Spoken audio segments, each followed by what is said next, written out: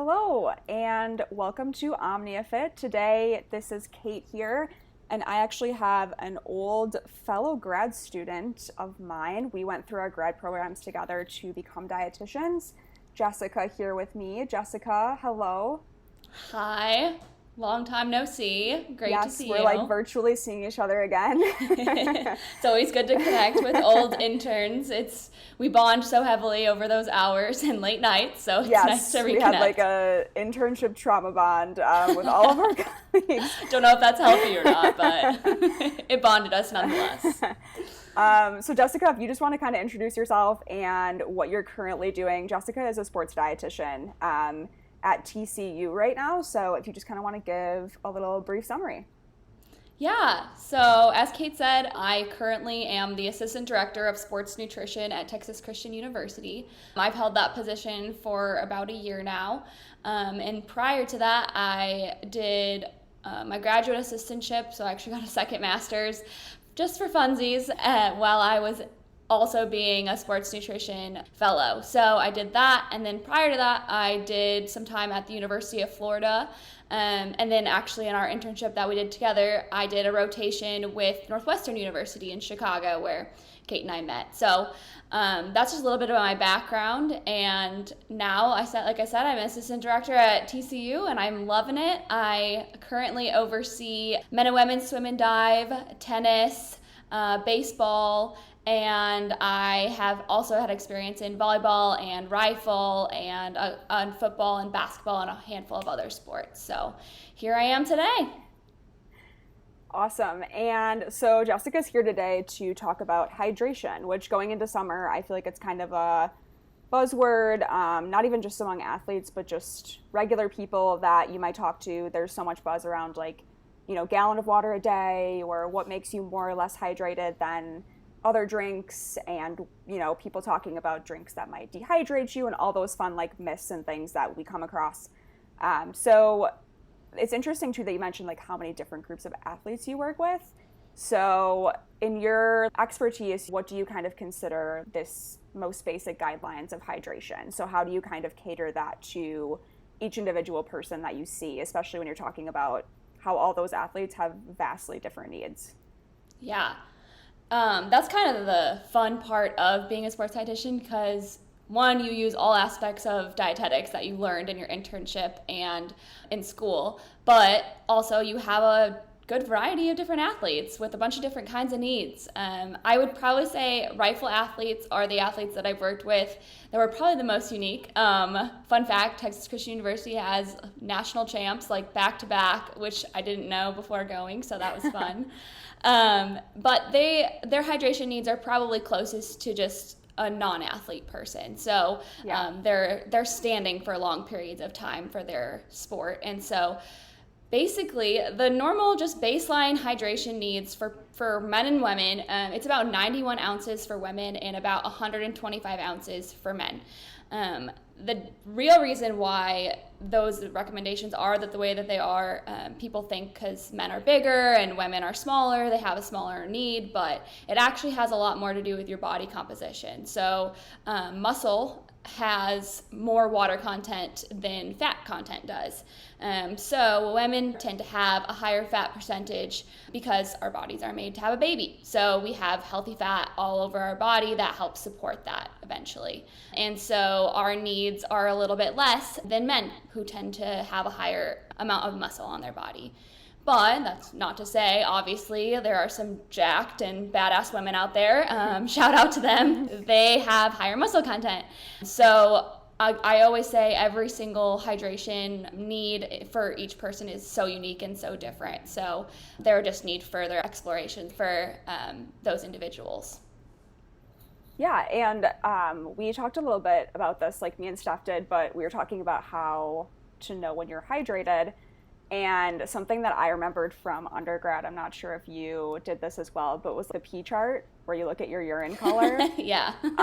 Which is the easiest way to tell, right? Check out your urine color. It kind of tells you how hydrated you are. But what are other guidelines that you typically use as a starting point with people who are wondering if they're hydrated enough? Yeah, so the P chart works pretty good. And for those who don't know what a P chart is, it starts from, like I always say, you want your pee to look like nicely made lemonade versus having apple juice. And the lemonade is supposed to imitate more hydration and a little bit less of other kinds of composites that come out and make that pee or urine a little darker.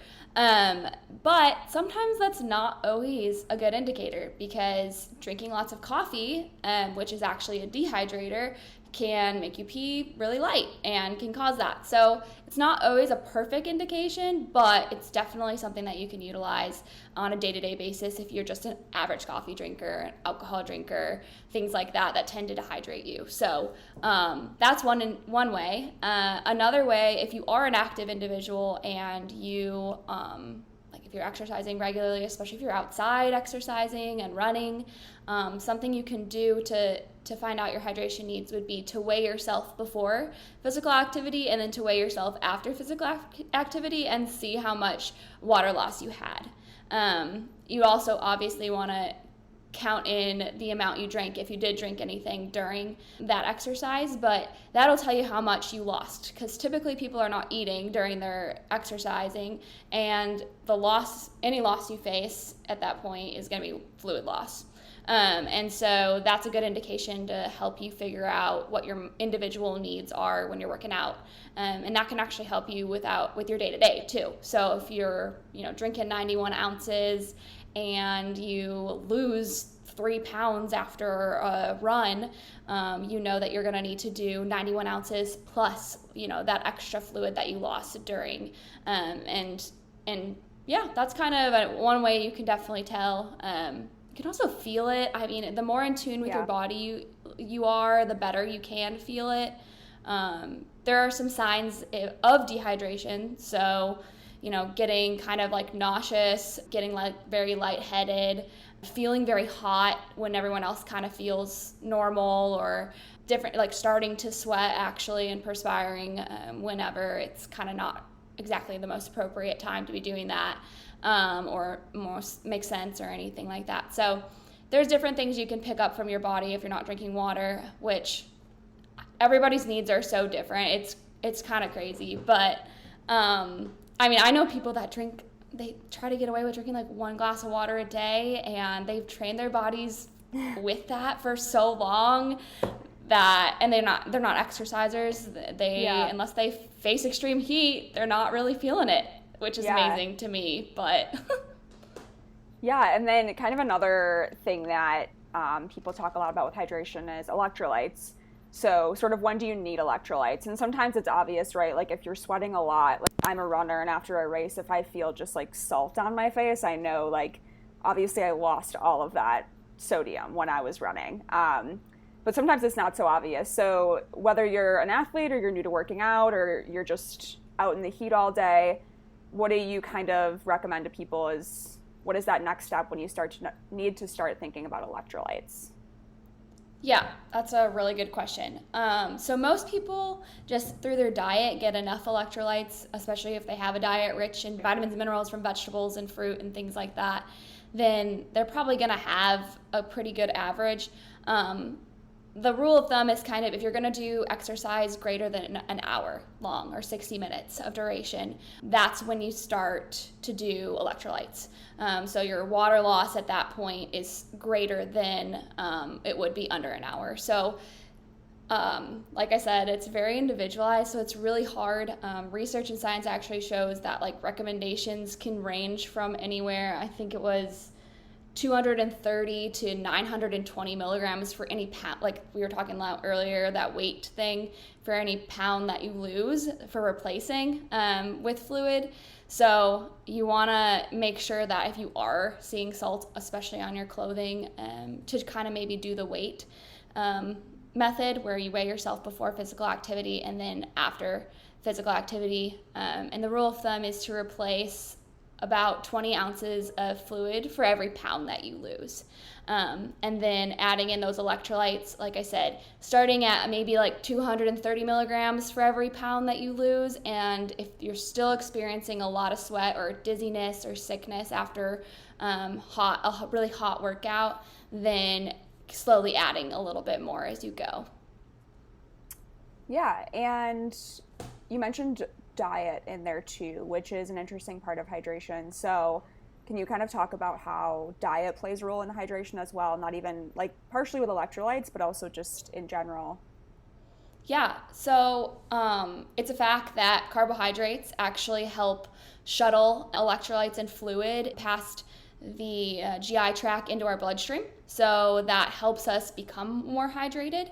Another thing to kind of say along those lines too is sipping things with carbohydrates and electrolytes and fluids versus chugging. Our bodies are going to absorb it and kind of get that into our bloodstream a little bit steadier and better without just peeing it straight out if we're just sipping on it. I know the big thing, everybody chugs water, especially when they're super thirsty.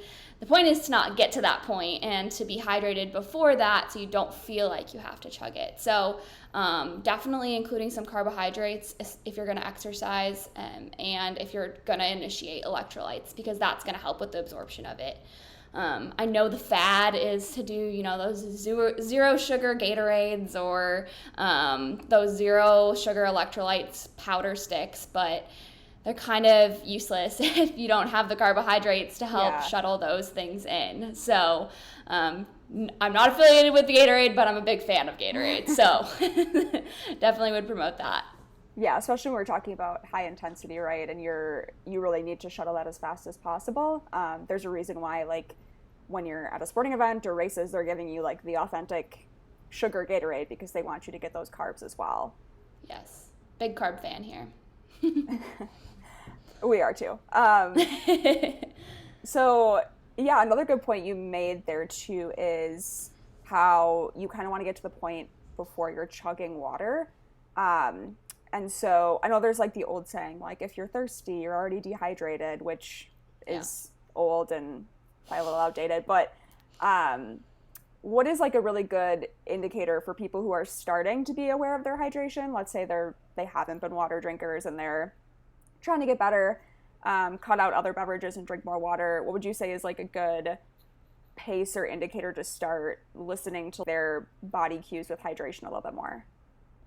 Yeah, so I mean, there's different apps and things that you can download that actually remind you to drink. I have a lot of athletes that I recommend that for because they don't drink enough water. But basically, what your goal is to get that baseline 91 ounces, right? If you're a woman. And then you kind of divide that by how many hours you're awake typically. So if you're awake at 7 a.m. and you go to bed at 10 p.m., making sure you're drinking that many ounces each hour to meet your 91 ounces. To be realistic and to make smart goals, like I know you guys have talked about before in your podcast, it's all about being realistic with yourself. So if you're drinking 8 ounces of water a day, it's very unrealistic that you're going to drink 91 ounces magically the next day and keep that up.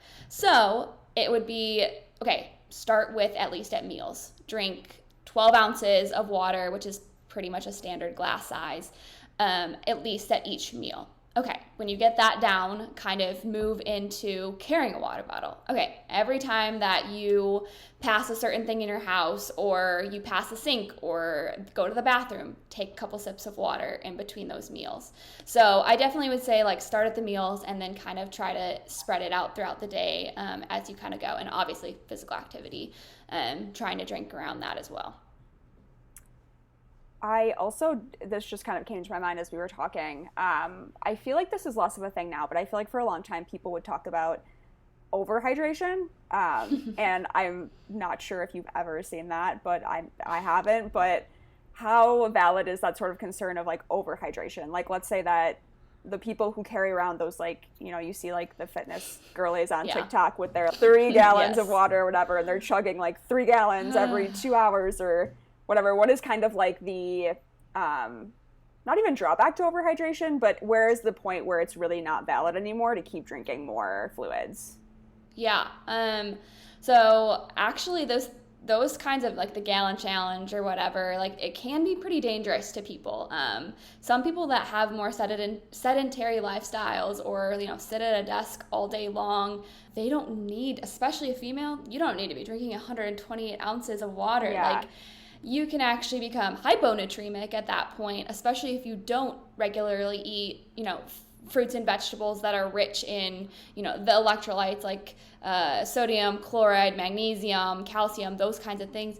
Then you're not even getting the electrolytes that help you hold on to that water. You're just like flushing out all the good things that you're putting in your body instead.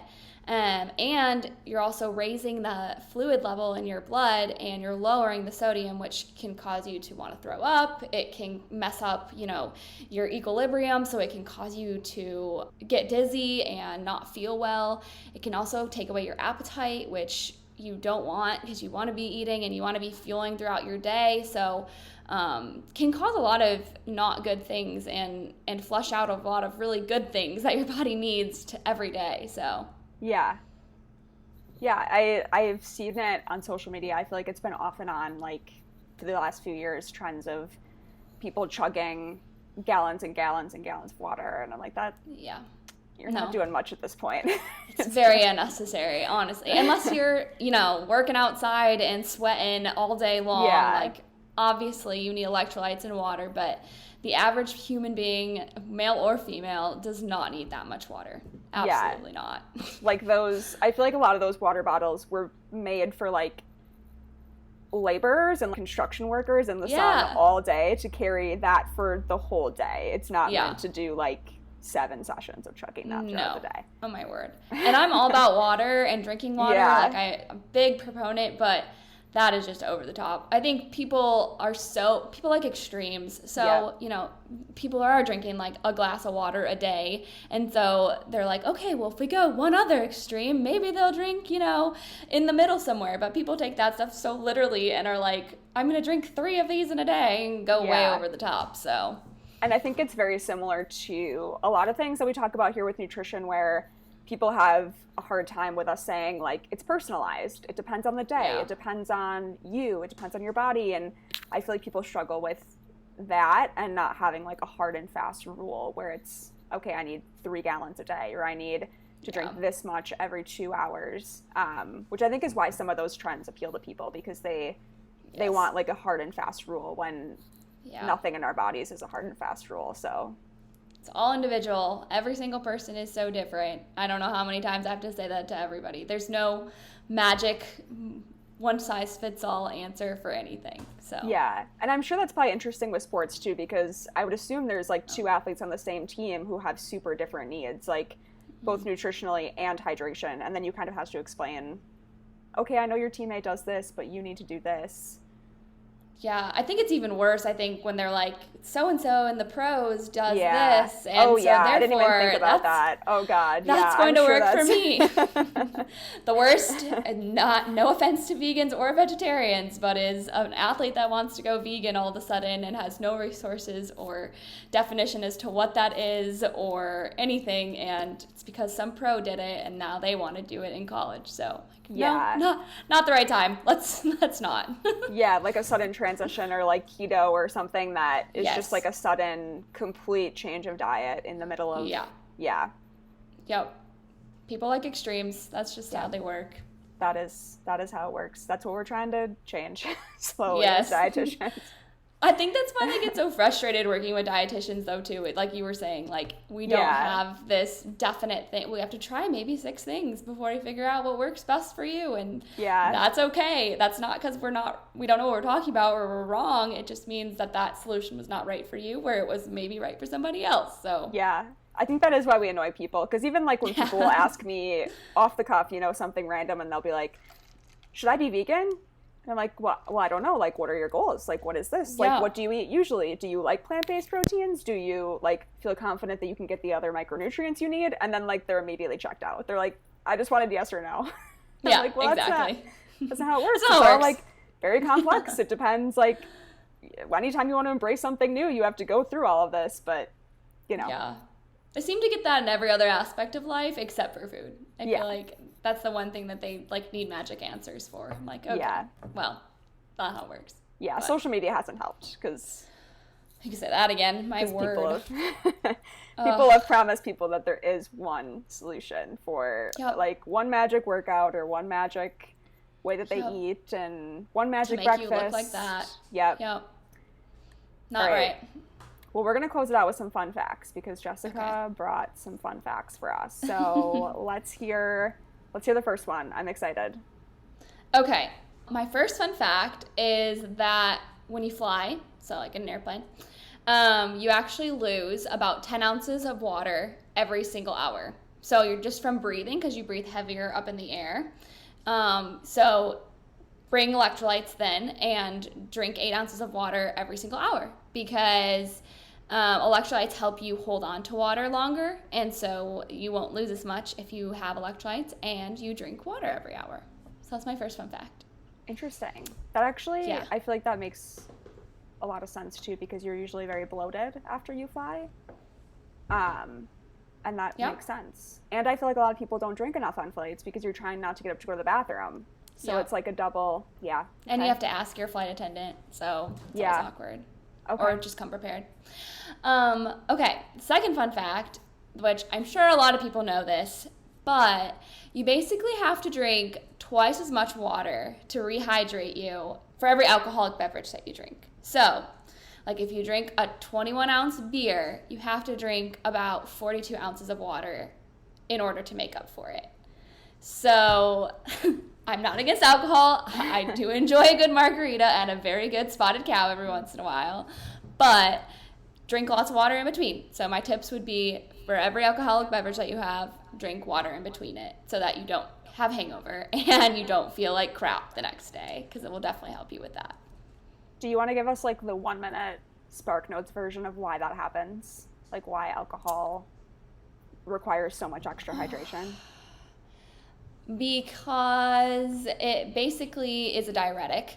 So it causes water and electrolytes to actually flush through you a lot faster. So when you eat things when you are drinking too, that can wash out a lot of the nutrients that you're eating, and it can pull it into the colon quicker than your body would normally process it, pulling all the water with it to quicken the process and cause you to pee a lot. That's why you have a lot of really fun bathroom experiences usually after you drink, because it's just flushing it all out. So it's dehydrating you. And like the breaking the seal, quote unquote, when you suddenly have to pee all the time when you're drinking. Yep. That's exactly what it is. So, the science behind breaking the seal for everyone. yes, we broke it. The fun thing also, I swear if my athletes hear this, but drink lots of electrolytes while you are drinking too, because that will help you avoid any kind of hangover the next day too. If you do some electrolytes right before you go out with a big glass of water, even if you don't drink water in between, you will wake up with like 75% less of a hangover than you would the night if you didn't drink. So fun fact. We were just talking about this. We did like a healthy choices around alcohol, like how to drink like a little bit healthier when you're going out and drinking. And I've seen a lot of people doing like, they'll go to bars and they'll get like vodka waters and they'll add like the like packets. Those are my people. And I'm like, that's really smart. You're getting water and electrolytes and flavor while you're drinking. That's I will not disclose who I know does this, but people using Gatorade as chasers. They'll use like a whole bunch of Gatorade to chase it after they take a shot because it helps them not get hungover. I mean, they're hydrating. I can't be mad about it. I think you have one more, right? Sugar. So that's actually a big hot topic, that sugar dehydrates you, right? So people think that, and if you remember, I said it actually, carbohydrates and sugar in Gatorade helps you actually absorb those electrolytes and that fluid a little bit better. So the myth is that, it will dehydrate you, but the actual truth is that sugar, you would have to consume such a copious amount of sugar to cause it to dehydrate you and kind of make your blood vessels like sticky almost, and like kind of pull that water out of your blood vessels that are just like healthfully flowing, that you'd have to pour like sugar into your Gatorade and drink tons of it, which it goes back to my other thing of sipping. So making sure you're sipping and you're not chugging that Gatorade, so that you're getting that nice easy flow. So sugar doesn't really actually dehydrate you. It can actually help you become more hydrated, just keeping it at more of like that moderate and healthy amount of sugar instead of this really large sugar bomb thing. Interesting. Yeah. The more we know. The more we know. I learn new things every day, I swear. Okay, well, this was really fun. Hopefully people learned a little something listening to you. I hope so. Drinking on airplanes is the biggest one I'm going to take away. I did not know that, and I'm terrible about drinking water on flights, so I'm going to hydrate on my flight next week. So thank you for that. You are welcome. And thank you so much for coming on. Yeah, absolutely. Thank you for the opportunity.